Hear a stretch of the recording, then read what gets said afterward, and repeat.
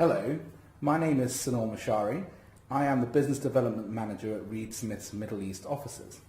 In the Middle East, Reed Smith have been advising clients for the past 40 years, and within this podcast, which forms part of our dedicated E&R series, I'll be discussing the advent of PPP projects in the Middle East with Dubai-based partner Simon Harvey. Hello, my name is Simon Harvey. I assist clients develop, finance, build and/or operate large infrastructure projects. I've worked on projects all around the world during my 20-year career and have been living and practicing law in the Gulf for the past 8 years. So Simon, today on this podcast we're here to talk about PPP projects. Firstly, what is PPP? Thanks, Sunil. A PPP is a partnership between the public and private sectors pursuant to a long-term contractual arrangement for the design, construction, financing and ongoing operation and maintenance of an infrastructure asset. These projects are project finance, that is, lenders take project risk and are mostly concerned with the cash flows generated by the project for the payment of the loan applied to the construction of the asset and with the assets of the project, rather than relying primarily on the general creditworthiness of the private sector sponsors. There are several possible payment models, but typically the private sector will receive payments from government or end users under a concession only once operation of the infrastructure has commenced, and payment is generally contingent on the private sector's performance thereafter. PPP can be compared with a traditional procurement route wherein government funds construction costs up front from its own budget and funding sources under a construct-only or EPC contract model, for example. Under a traditional or direct procurement model, the private sector is not responsible for sourcing long-term project financing. So are we suggesting that there's an influx of PPP in the region at the moment? Why is there such a sudden interest in PPP in the Gulf Cooperation countries? The first point to make is that the interest isn't sudden. PPPs have been going on in the GCC for quite a long time in the power and water sector, generally under sector-specific laws. We call them IPWPs, an acronym for Independent Power and Water Project. And the first such successful project was the Al Manar power plant procured by the Sultanate of Oman in 1994. There have been many such projects since in all jurisdictions, including Dubai, which is a relative latecomer to the party. Certainty of offtake and market risk is dealt with through the payment of an availability or capacity charge, which is sufficient to cover debt service, fixed costs, and to provide a return on equity. Outside the traditional utility market, the driver is of course the ongoing weakness in the price of crude, trading today at around $52 a barrel, which on the one hand is placing pressure on government budgets, and on the other further emphasises the need to increase efforts to diversify local economies. PPP effectively allows government to spread the capital cost of a project across a 15 to 30-year term. It is my firm view that the discipline instilled in the process through the involvement of lenders and advisors increases the robustness of the project and the likelihood the asset will be of better quality and deliver superior performance.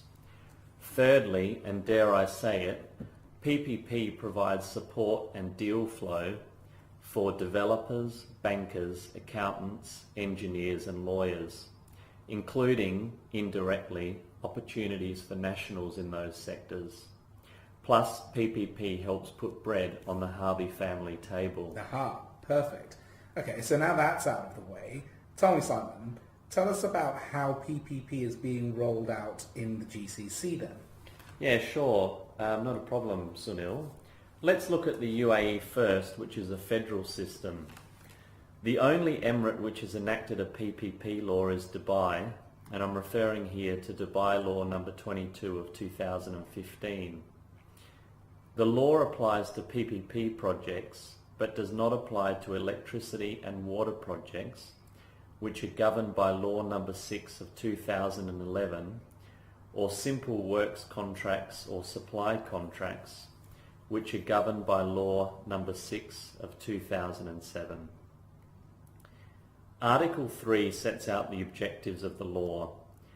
I think subparagraphs 4 and 7 of Article 3 provide some clues as to when a government entity, as so defined, will consider procuring a project under a PPP model.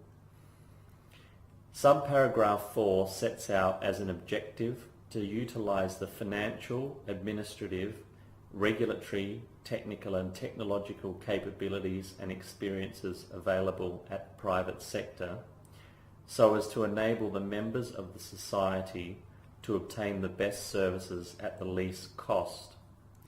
And subparagraph 7, to perform projects that provide added value to the public funds at a distinctive level and to mitigate the financing burdens on the general budget of the government in connection with the costs of the projects, whether at the stage of construction or operation or the cost of their maintenance.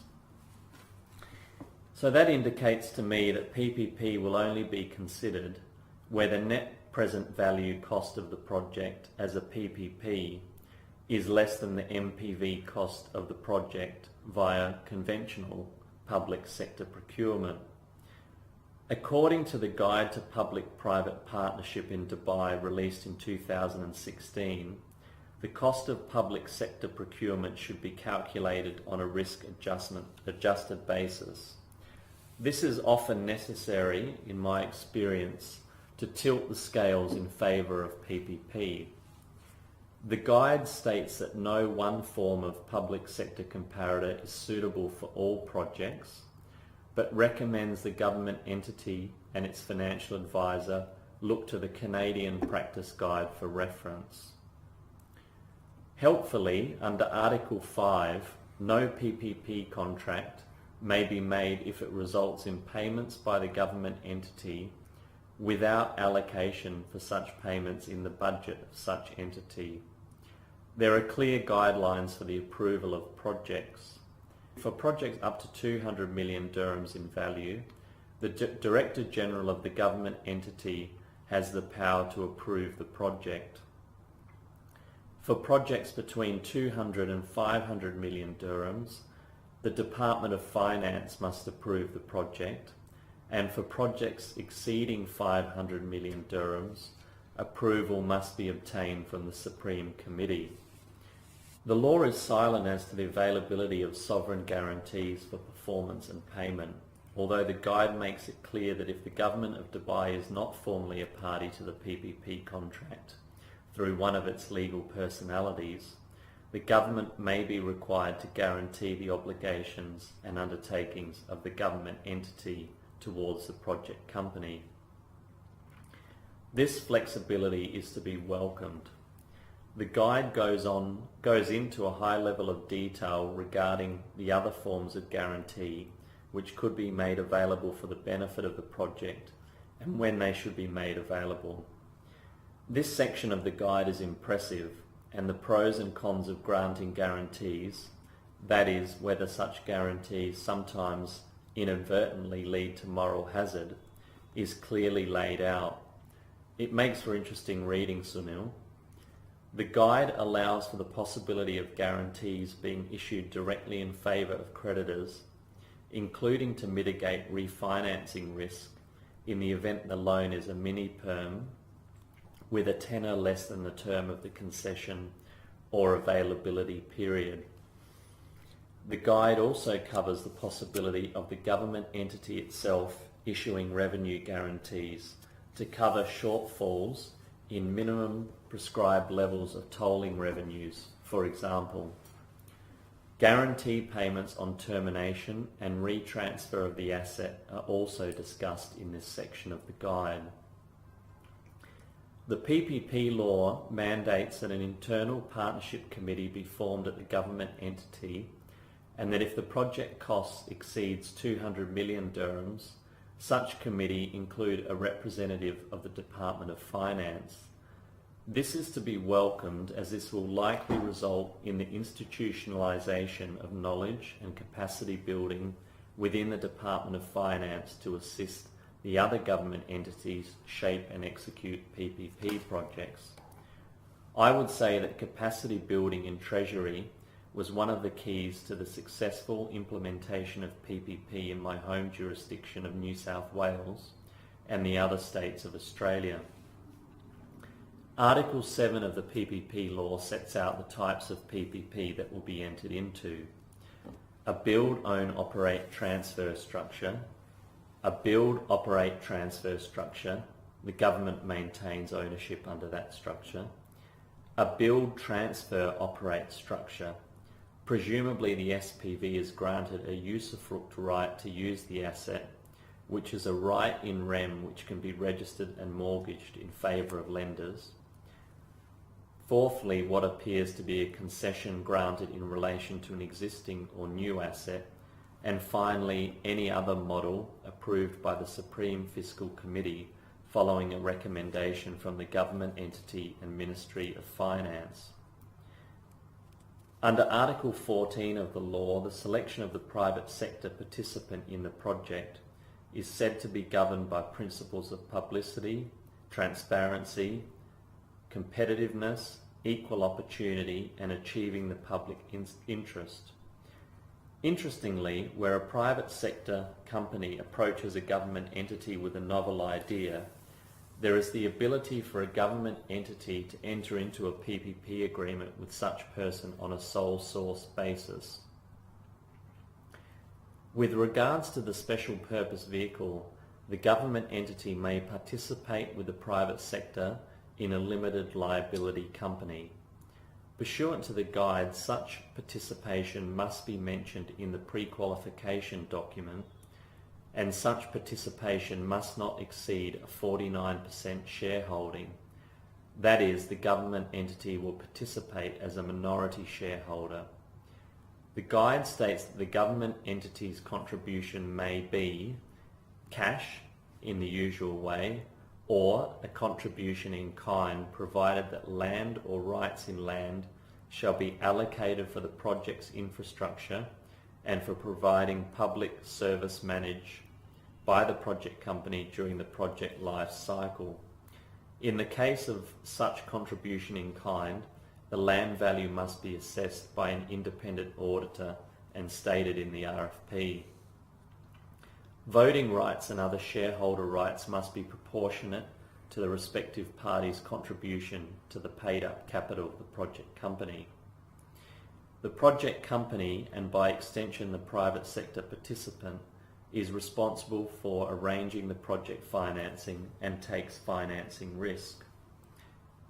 Article 25 of the PPP law states that if the government entity is not willing to participate in the project company, the winning bidder shall establish a sole purpose company for the project, and the resolutions issued under the law shall determine the conditions available to the project company. I am not aware of any such resolutions having been issued. That being so, it follows that the foreign ownership restrictions in the commercial companies law will apply. Namely, the limited liability company must be at least 51% UAE owned at all times. Although structuring devices such as schemes of arrangement are routinely used to lessen the import of this restriction on foreign ownership, there exists a spectrum of views on their strict enforceability in view of the anti-fronting or commercial concealment laws. One can reasonably expect lenders to take a conservative view, and it would be helpful if the implementing regulations allowed for an SPV to be established in a free zone where 100% foreign ownership is permitted. If the government does not participate in the project company, it may nevertheless provide financial or in-kind contributions to the project, including granting the right to use real estate properties, the privilege of utilising the real estate properties, and government guarantees and financial aids. We discussed these before. I believe a demand guarantee was offered on the Union Square PPP project, which was essentially a concession for the grant of space above and adjacent to a metro station. Again, these principles can be found in the Guide to Public-Private Partnership in Dubai, issued under Article 9 of the PPP law. The term of the PPP agreement may be up to 30 years. There are some uncertainties with regard to the interaction of some of the provisions of the PPP agreement and the PPP law. Under Article 31, the PPP agreement may be amended in urgent circumstances in accordance with resolutions determining such circumstances and the payment of compensation. As I said earlier, such resolutions are currently pending and have not been issued. Under Article 32, the prior written consent of the applicable government entity appears to be required in respect of the project company's subcontractors. Query whether such consent, that is, as to the EPC works and the identity of the EPC contractor, and the O&M services and the identity of the operator, can be given in advance and set forth in the PPP agreement. The governing law of the PPP agreement must be the laws of the Emirate of Dubai and the applicable federal laws of the United Arab Emirates. Domestic arbitration is permitted, but international arbitration is not. This should be okay, as both DAC and the DIFC LCIA are commonly accepted domestic arbitration options. Finally, in relation to the tender process, the tender may be cancelled in any of the following circumstances. 1. If only one compliant bid is submitted. Secondly, if all or most bids contain material deviations. And thirdly, if the value of the lowest bid exceed the government's entity's assessment, or in the case of a concession, the value of the highest bid is less than such assessment. Accordingly, it would seem that for availability schemes, bids must come in at less than the applicable public sector comparator. Let's hope such calculations are made available to bidders in advance so they can avoid unnecessary bid costs and know what they are aiming for. And finally, the bid can be cancelled if it is in the public interest to do so. Upon tender cancellation, compensation in favour of bidders is prohibited. This is unfortunate, as sometimes it can be in the public interest to refund a portion of tender costs, for example, to ensure that bidders stick around for future opportunities. So in summary, Sunil, the law is a very positive step. Several projects have come to market. They have tended to be variations on real estate concessions rather than availability-based projects for government services. So that covers the GCC and the UAE, but what about Saudi Arabia? I've heard rumours that this market is going to take off. To quote Paris Hilton, is Saudi PP like so hot right now? Well, Sunil, I think outside of utilities and independent power projects and one or two other sectors like aviation, PPPs may in fact be a little slower to come to market in Saudi Arabia than people think. My intelligence is that feasibility is currently being undertaken in relation to a number of projects, and models are being workshopped and tested by the financial advisors. The appetite is clearly there, and the Crown Prince Mohammed bin Salman clearly wishes to increase private sector involvement in the economy, consistent with the 2030 vision, which aims to achieve economic growth based on increasing self-reliance and a diversified economy. In 2012, the Prince Mohammed bin Abdulaziz International Airport project was closed by GACA, or the Civil Aviation Authority in Saudi Arabia. Mm-hmm. I understand that was structured on a concession, build, transfer, operate basis rather than under an availability model. A current issue in relation to the structuring of PPP projects in Saudi Arabia is the absence of a PPP law.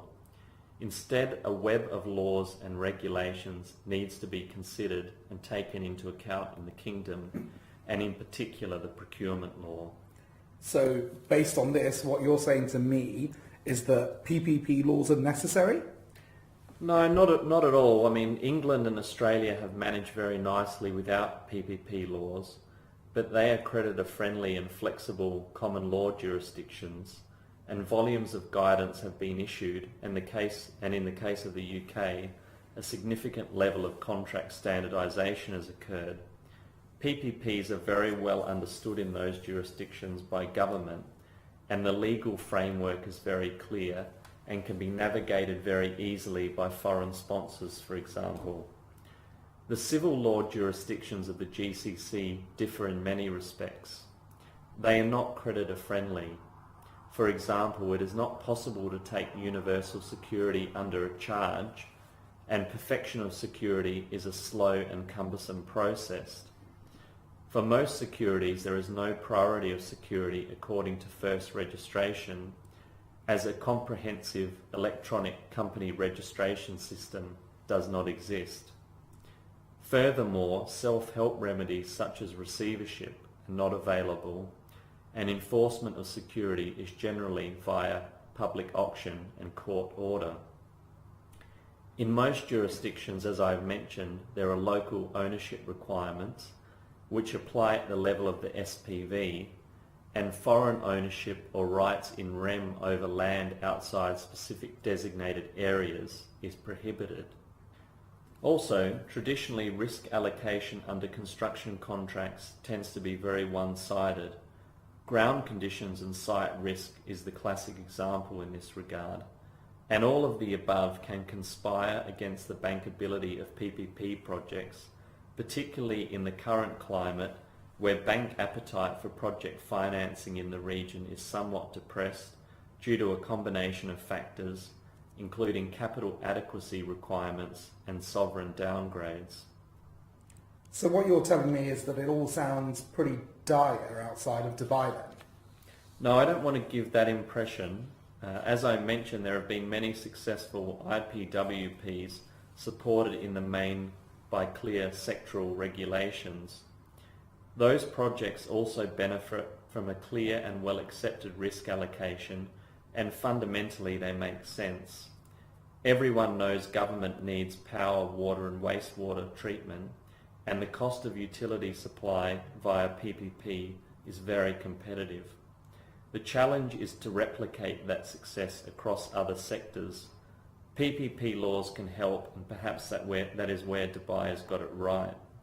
Okay, so what should PPP laws cover then? Yeah, I mean, ideally and in no particular order of importance, a clear and transparent and fair procurement process with clear budget allocation and the ability to issue sovereign guarantees if needed to cover the contracting authority's payment obligations. An effective, transparent and impartial forum for the resolution of disputes with experience of resolving complex commercial differences. In many cases, the preferred forum will be arbitration operating under international rules.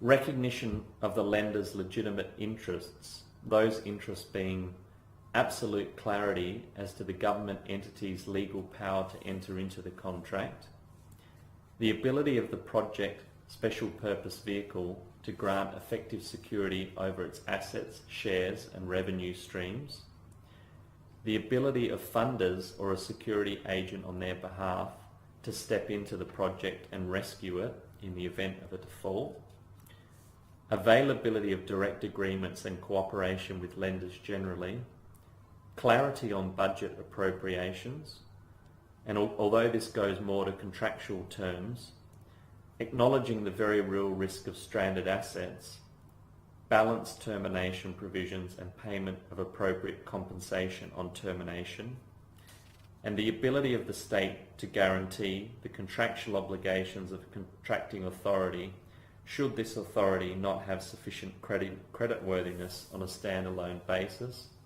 And finally, and basically, certainty as to contractual rights. Okay, that's clear. It sounds like Dubai has ticked most, if not all, of these boxes. How about PPP in the other GCC jurisdictions?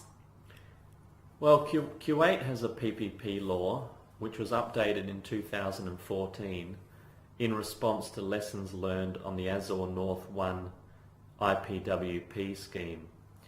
I won't go into the details other than to speak to the requirements relating to the project vehicle. This is an area that clients tend to be intensely interested in. Generally, if the cost of the PPP is not expected to exceed 60 million Kuwaiti dinars, the investor must establish the project company. If the total cost is expected to exceed 60 million Kuwaiti dinars, then the Kuwait Authority for Project Partnerships must establish a public joint stock company, and the Higher Committee for PPP will have the power to implement development projects of a special nature by way of a private project company to be established by the investor, provided that the value of the project does not exceed 250 Kuwaiti dinars, or approximately 860 million US dollars. So they're the three types of company, and under the previous regime the third option was used very sparingly. For project companies that are required to be public joint stock companies, so option 2, under the new PPP law the shares must be allocated as follows. 6 to 24% of the shares are to be held by public entities, with CAP holding the shares on their behalf until the project company is operational. A minimum of 26% of shares are to be held by the successful investor, subject to a maximum of 10% being allocated to the initiator, if any, and 50% of shares are to be allocated for an IPO to Kuwaiti nationals, with CAP holding the shares on their behalf until completion risk has been successfully navigated and the project company is operational.